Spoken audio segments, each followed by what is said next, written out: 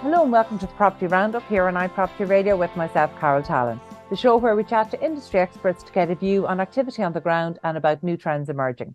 This show is sponsored by daft.ie, Ireland's most visited property website.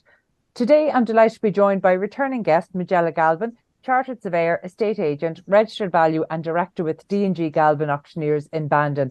Majella, thank you so much for joining us again today. I'm delighted to chat to you again because there has been another month of mixed media commentary and it is so confusing for people to get a handle on what's happening on the ground.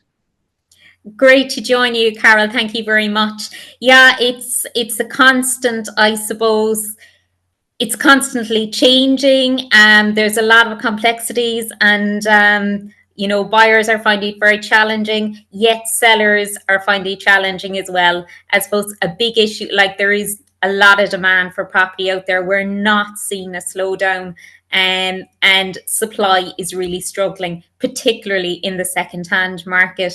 And you also take new homes, like they're more in supply in more urban areas than they would be out in the rural areas. So, it's an all-round low supply. And like if you look at the second-hand market, we would have a lot of people who are thinking of selling, but they're putting it on the long finger because they're looking to find a property first, which is a bit of a trap because I can understand there's a fear that if they sell their property, where will they go? But the other side of the coin is if they haven't got their property in the market and haven't got its sale agreed and they do see their dream home, they won't be in a position to put in a valid offer on it. So, sellers need to realize, I suppose, as well, that the time it takes to prepare a property for sale. Well, look, that's definitely something that we're going to discuss today because that particular scenario you describe is one of the most common queries that we get into the show or that we get across our social media at iPropertyRadio. It's the situation, I think, where people are most struggling with. And, it's funny, we always think of first-time buyers having their struggles, but actually there's a lot of support there for first-time buyers. But for those trading up or down, irrespective of the circumstance, whether they're doing it kind of with trading up with a young family or trying to trade down and stay within their local community, between rising interest rates, really low supply and demand that just doesn't seem to be waning at all. Every category of home buyer right now has their challenges. So we're definitely going to get into that. But actually what I want to talk about first is you've mentioned there's no slowdown in demand, which is just not what we predicted or expected or would have really been able to forecast 2 or 3 years ago. We would have thought that the pent-up demand from during lockdown would have to ease off at some point, and that just doesn't seem to be happening. So let's break down the demand, particularly that you're seeing in the Cork market. Who's buying? Who's ready buying?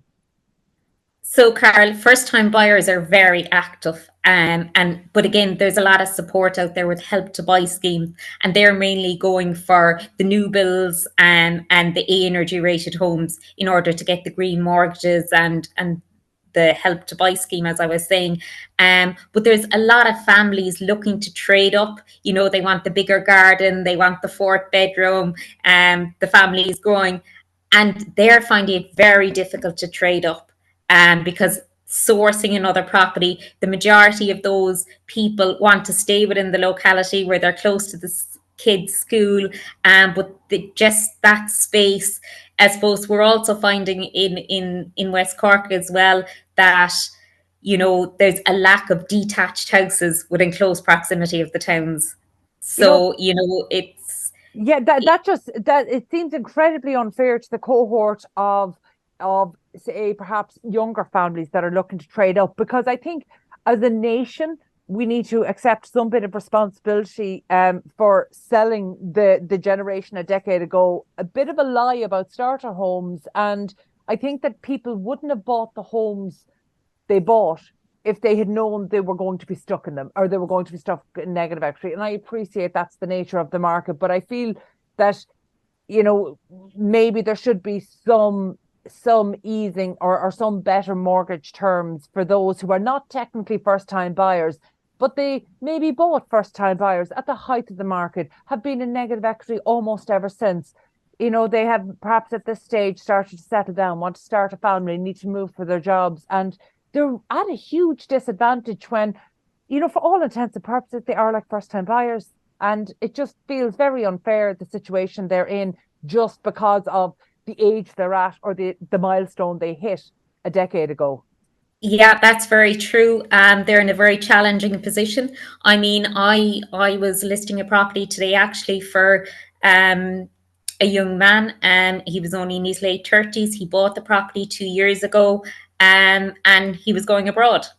So, there's people don't realize the different scenarios that are out there. Another active segment in the market is people looking to downsize. We've seen a lot of increases in sales appraisals for downsizers. And I suppose the main learning thing there is they're looking for something that's not out there at the moment. And like practical, they're looking for it to be within walking distance of the town. They're looking for a home, a bungalow, preferably, with a bedroom downstairs. But that kind of stock aren't out there. And what we're finding, if they are out there, they probably need a refurbishment and upgrading. And people, downsizers don't really want to go into that project. The other side of it is it's very hard to get labor to actually carry out projects like that. So it is really, really tough on all segments of the market. Jerry, you've touched on a couple of real trigger points for people there. So I'm going to break them down one by one. So let's start with the first-time buyers, because actually just this week, the data from the Mortgage Federation came out, and it showed that first-time buyers are far and away the most common type of buyers securing a mortgage at the moment. And I was trying to break down and interrogate that data to try understand, are there more first-time buyers buying now, or are there fewer other home buyers buying now? And it wasn't really clear to me. So I'm just when you talk about maybe the first-time buyers having that bias for new builds and A-rated homes, is that because that's the supply that's coming to the market now, because we know the second-hand supply isn't coming to the market? Or are first-time buyers coming in to you, when they come into you and they have their mortgage for the locality they're looking for, are their mortgages aligning with what the new builds are selling for? Yeah, I suppose first-time buyers, because of the schemes that are going, like the Help to Buy scheme and things, they're naturally going to try and get a new build to benefit from that. Like if they go to a second-hand property, they're going to lose that. So, that is an element. The other side of it is, again, the stock in the second-hand market simply isn't there. First-time buyers really, in general, they want a turnkey property. So, there is also more increased environmental awareness. People want to go into the energy rated home and have nothing to do anymore. So yeah, first-time buyers are active, but there is a certain segment of the market that they're active in. It's interesting, and I know that this won't be a very welcome comment for me to make for our industry, but the reality is new builds are more expensive.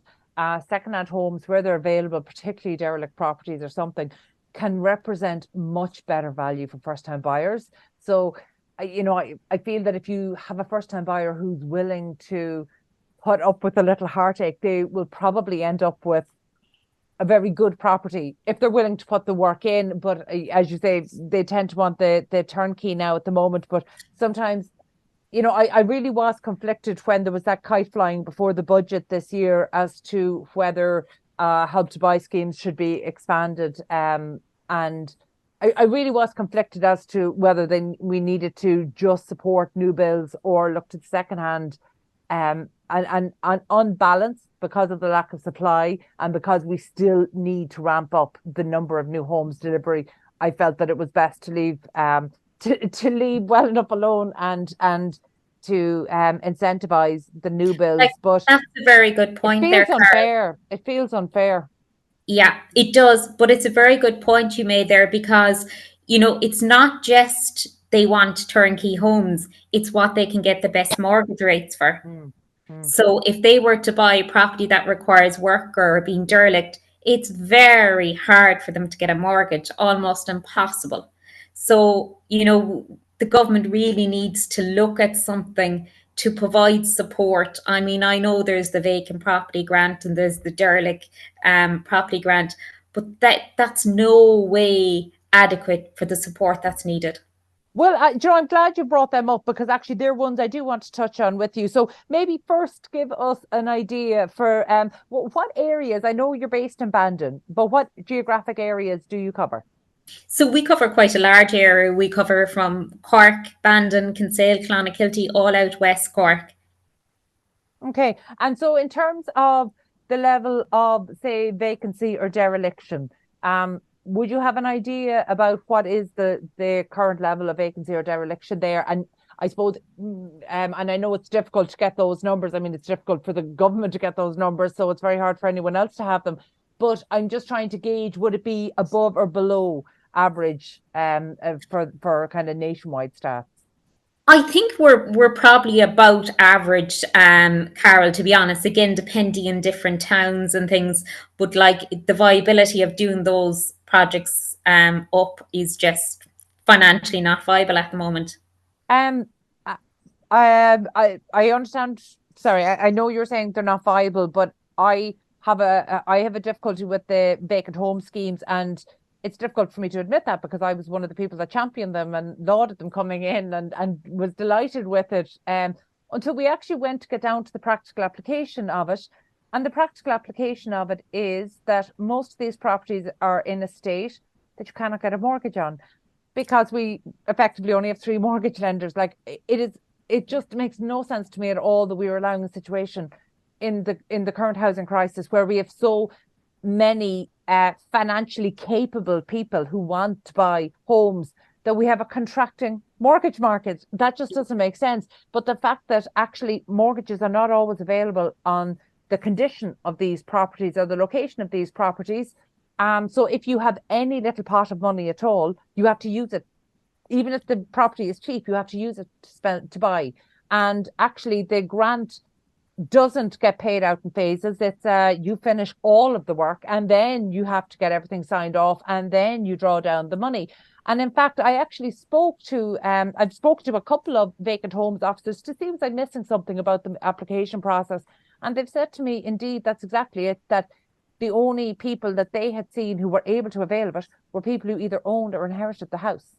So as in, if you need to get a mortgage, then chances are you won't be able to do up the property. I had one vacant homes officer in one county council say to me, but find a builder who will do the work and pay when you draw down the money. And yeah, that was just the most off the wall thing I've ever heard. Like, and unfortunately, that's the kind of disconnected thinking that makes these schemes, while great in theory, absolutely beyond useless in application. And then it feels to me like the credit union is the nation's backup. So it's incredibly unfair. So I suppose, as an estate agent, are you ever in a position of selling those particular properties to people who might want to do them up but are just not in a position to do them up?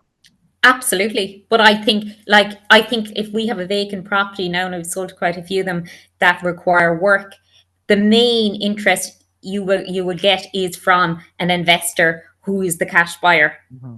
Who can afford to do it up and claim back the grant after. I mean, when you see the prices obviously are a bit lower range for these kind of properties, you'll get lots of calls from first-time buyers and things.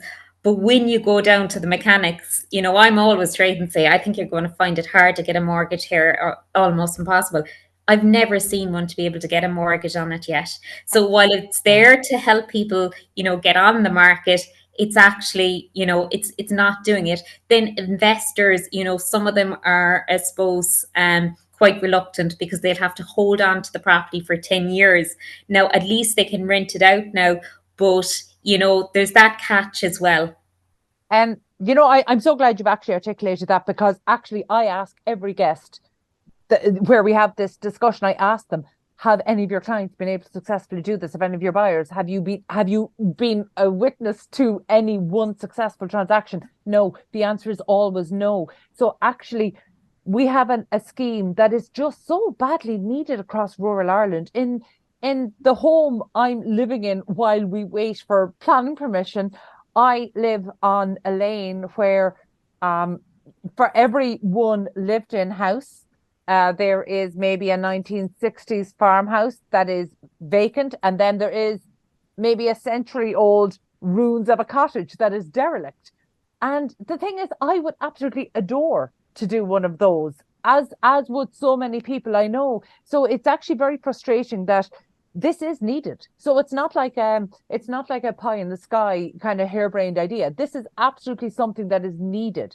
And just there was no user experience. And this annoys me a little bit because we're involved very much on the technology side as well. And I believe that if we had a UX, if we had an experienced designer from talking through a process like this, they would actually map the journey that people would have to go through. So therefore they'd know, okay, when do they need to have the money to buy this element? When do they need to pay for this in order to be able to successfully go through the entire journey? And that's what mapping a customer experience is, or a user experience. And I genuinely think that the government has the best of intentions, and I think that some really good radical ideas, and they get a lot of criticism. But actually, I've seen some real radical thinking from this current government, but they're not thinking about the user experience at all. They don't seem to understand, and so therefore the schemes they introduce can only be relied on from people who have wealthy parents who can back them to do it, and that is a fundamental unfairness. And it feels like we're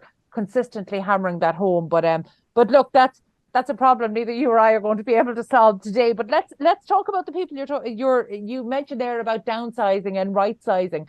And that's a really interesting one at the moment, because if we cracked that nut, we could unlock a huge amount of supply.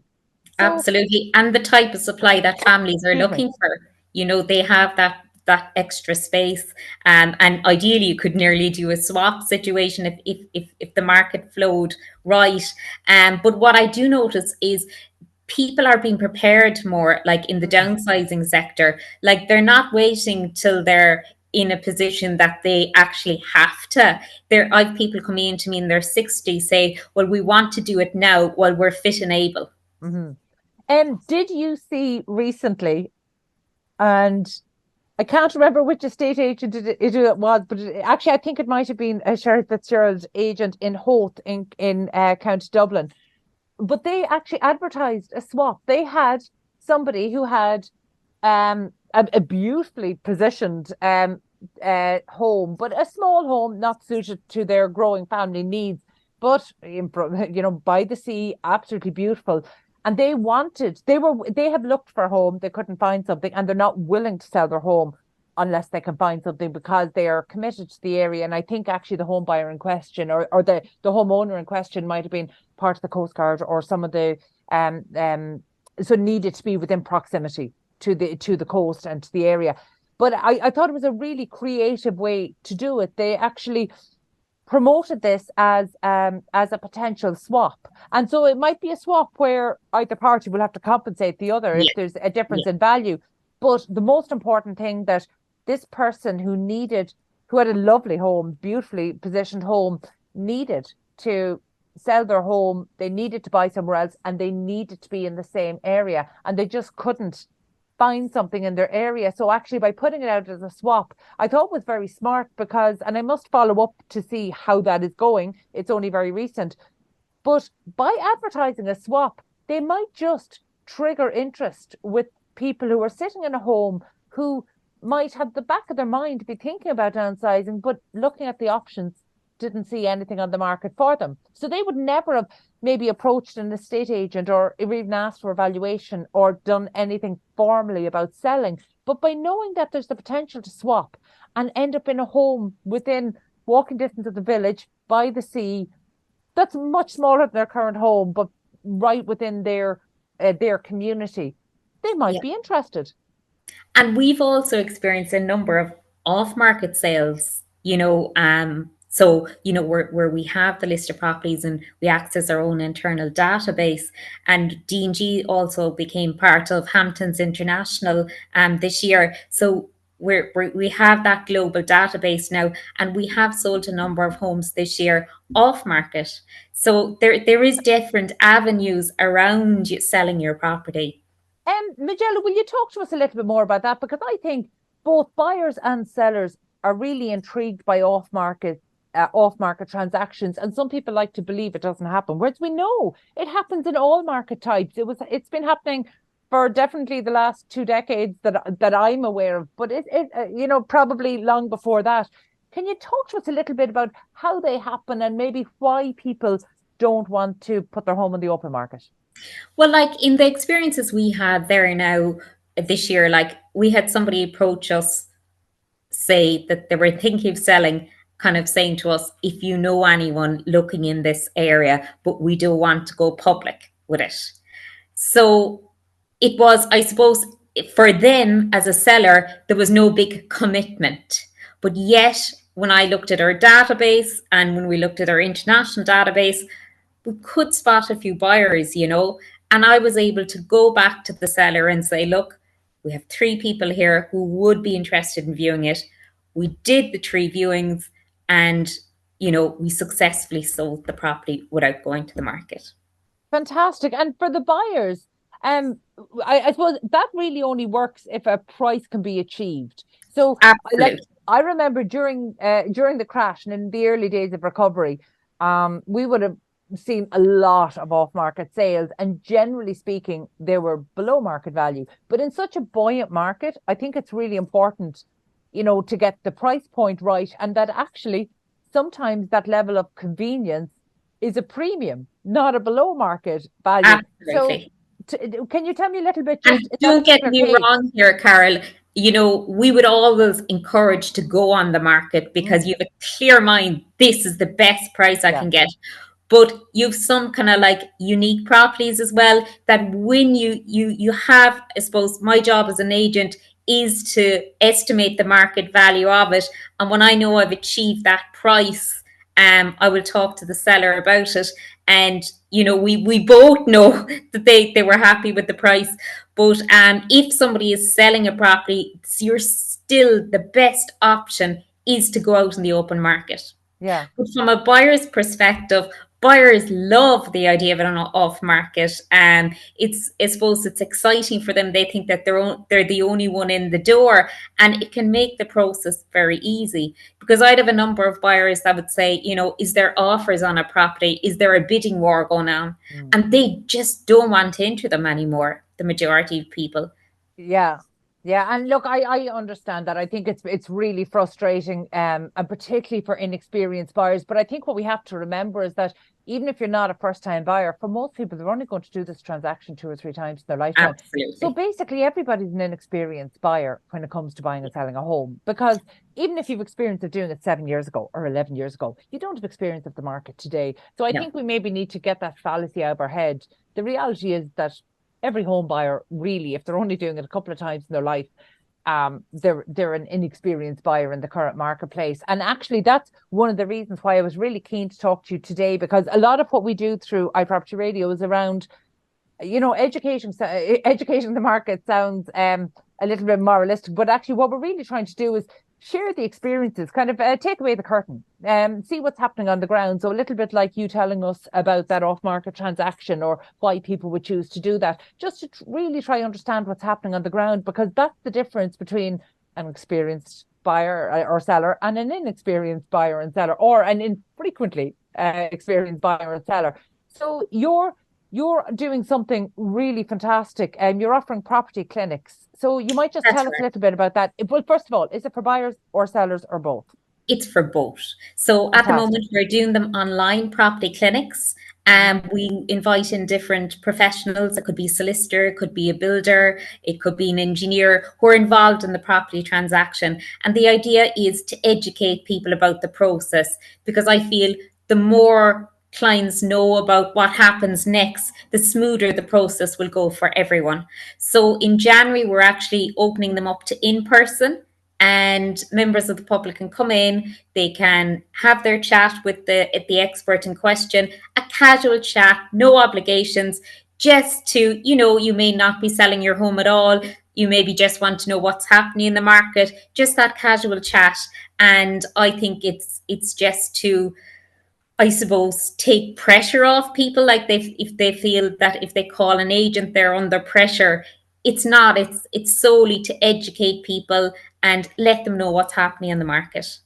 So what kind of topics do you have planned? Because I know I've spoken to you previously and you had some really great advice for sellers who were thinking about selling, because I suppose, in the, I don't say olden times, a couple of years ago, a decade ago, we would have only been thinking about getting your property ready. There was that old fashioned thing of baking bread and fresh flowers, which, by the way, absolutely works. So sometimes the cliches are cliches for a reason. So still do that, even though it's old advice. But there's so much more now in terms of not just physical staging, but you can do digital or virtual staging. But actually, now we know that, yes, that's important from the first impressions point of view, but actually the thing that really causes delays in a transaction comes down to title. So you might just talk about maybe the advice that you're giving, the advice that you're giving people who are looking to sell second-hand homes at the moment. Yeah, like as I say, we always go through the preparation stage, I always call it. So like we'll go through the fact that they have to declutter, what repairs they need to get done. And I would often advise, like, I'd always advise them to contact their solicitor before they go on the market, because they'll need to sort out the title, the boundaries, all the legal issues, because it's these issues that slow down the process. You could take it, for example, if you had a rural house and you had the septic tank wasn't registered. It's before you go on the market, you need to be tackling those areas. Planning is another one. You could have built an extension that was over the adequate square footage and got no planning permission for it. Or I suppose another one is you may have got planning permission, but the standard of work may not have been up to building regulations. People get tricked in all these situations. And it's only for kind of front loading all this before you go on the market that you can safeguard yourself. Like there's occasions when I would say, if I notice boundaries or mapping issues is a big one as well, I'd say, I think you should get your engineer in to have a look at this before we go on the market. Are these the kind of topics that you're going to be covering in the in the seller clinics? Absolutely. So we will have an engineer in, we will have somebody talking about planning, we will have professional declutterer in, we will have a home stager in, we'll have somebody talking about building energy ratings, and we'll have a solicitor, of course. Very good. Well, that's the sellers covered. And I suppose for the buyers, you mentioned earlier about the difference, with first-time buyers, not just all of the different schemes and grants that are available. And actually, there's, to be fair, I think the department has done great work. The Department of Housing has done great work in actually letting first-time buyers know about their schemes, but it just doesn't seem to be filtering down. Or maybe people are just not so much slow to engage, but they just assume that these schemes are very complex when actually they have been made much simpler in recent years. Will you be taking home buyers, whether they're first-time buyers, through those? We will. So we actually have a number of speakers booked since last week, coming in the spring, that'll take them through each scheme. We'll also have mortgage brokers in, and we'll also have somebody talking about the vacant property grant and explaining the stages, and as you say, going through what journey they need to do, just so it's all about the education of it so that they're prepared. Well, I'm really delighted to hear that. So make sure that if anybody is in the audience who has actually tried to avail of that scheme, make sure they ask those questions, because we absolutely want to communicate that these are good schemes. We need them to work. And by the way, we've seen through different schemes when they were maybe they weren't implemented as workable as they should be. When there was low take up within a year or 2 years, there was changes to the process. So actually, that's probably the kind of thing we needed. I'm conscious of your time, so the last thing I want to touch on, you mentioned it earlier about green mortgages. How like I in my experience, home buyers, whether they're first time buyers or people trading up or investors, they're extremely savvy. They're extremely knowledgeable about the local marketplace. They know every property, and they know every property that was on the market and what it sold for and everything that's on the market now. But they tend to be a little bit scared about mortgages, and that seems to be the thing they don't research so much. So you mentioned green mortgages. What's the take-up of that in your experience? And I understand you're not a mortgage broker, so it's just maybe from the home buyers you're dealing with. And that's why I think I'd always recommend people that would work with a mortgage broker that would know the market and that would be able to get the best rate for them. Now, when I say green mortgages, they get a lower interest rate if they buy a property that's a B3 or higher. So, you know, it's much more enticing for them, hence why the higher energy properties are selling better. Very good. I presume there's going to be a nice bit of mortgage chat covered in your seminars. Absolutely. And what we'll also be doing is we'll be sharing those in our YouTube channel, obviously not personal ones, but just chats with myself and the talker. So we will get the knowledge out there.